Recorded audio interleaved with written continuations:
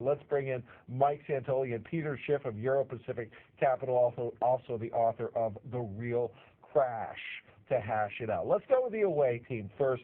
Peter, we saw some of your notes in reaction. You are disappointed.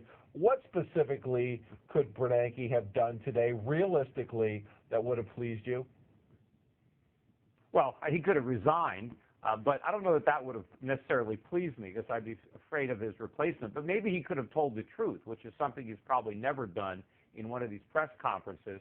But, you know, he's basing his forecast of an improving economy on a housing market that was only rising because the Fed was able to blow some more air back into the bubble. But he can't talk about tapering because he knows he can't do it. Look, mortgage rates, if the Federal Reserve does not start buying more than $85 billion a month of mortgages, we can have a 30-year mortgage rate back above 5% by the end of this year. I mean, now it's right above 4%. And by the end of the year, this whole housing mini boom could be a brand new bust. One area where we are definitely seeing a reaction is in the mortgage applications. And just in the short term here, when we've seen that 10-year yield run up, we've seen a pure handbraking of any mortgage activity. So that's going to be an effect. And Mike, I would ask you, this is different because this is a tangible, instant reaction whereby we were wrong earlier in the year about the effect of sequestration cuts, and we were wrong, hugely wrong, about the effect of across-the-board tax increases. This one is real, and it's hurting.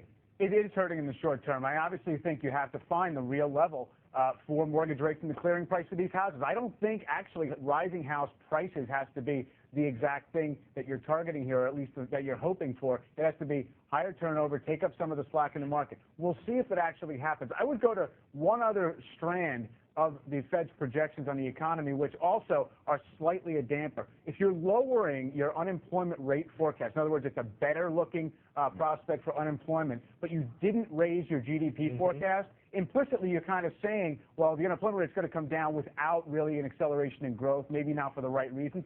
Again, this is a negative cast you can put on it, but I do think it's basically saying we may not have a booming economy when it's time for us to withdraw. That's fine. We didn't think it was going to be a boom, but the market has to adjust to that. Maybe downer there in the newsroom. But no, the market just has to adjust to this, and it can probably deal with it if, in fact, it sees the economic data come in okay. Peter, and you've talked about pricing data and how the CPI is a bunch of garbage. Is there any number we can look at that's going to give us a real indicator on this economy? Because, frankly, I'm just kind of seeing this moribund kind of economic growth plane that's asymptoting at zero. I don't see a lot of price inflation or deflation. I see nothing happening. I see Japan at worst. Yeah.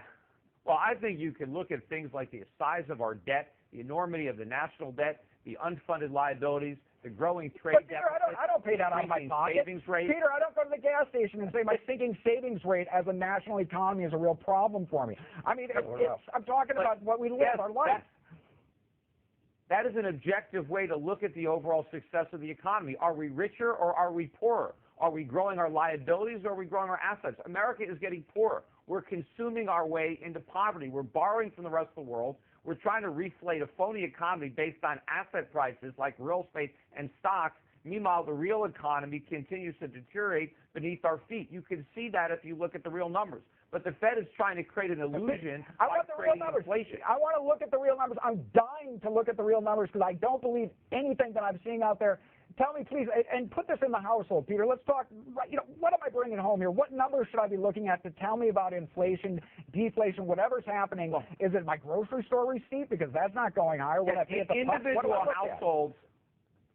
Individual households are struggling to make ends meet. Their cost of living is going up. They've had to deplete their savings just to pay the bills.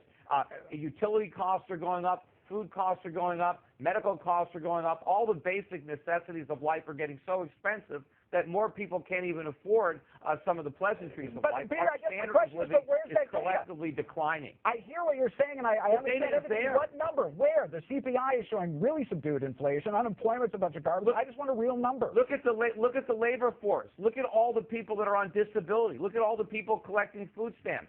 Would this be happening? Would we have almost 50 million people on food stamps if the economy was actually growing like the Federal Reserve thinks it is? Would we have record numbers of Americans on disability? This is a sign of a collapsing economy. The Fed can pretend it's growing all at once because we're measuring the economy with shrinking dollars, but the fact of the matter is what the Fed is doing is not working and it will never work. And in fact, Ben Bernanke even said, if our forecast turns out to be wrong, which it will, because the Fed's forecasts are always wrong, they're not going to admit they made a mistake. Peter, they're just going to do the same thing over. What are dollars shrinking against right now?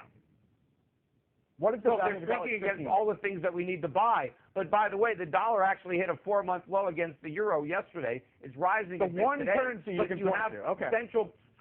No, I can point to the Swiss franc, or I can point to the Norwegian kroner. There are a lot of other currencies, but other central banks are making the same mistakes. They're all printing in unison, and so prices are going up. Look, there are countries now. Look, they're protesting in the streets in Brazil right now. They're not protesting falling prices. They're protesting rising prices. Okay, Peter, I got to cut you off people, there. It's only the Federal Reserve that doesn't like Brazil. falling prices. I hear you completely, Peter. Thank you so much. And I trust that you'll be angrily discussing this for months to come, and I don't necessarily disagree. Thanks to Peter Schiff.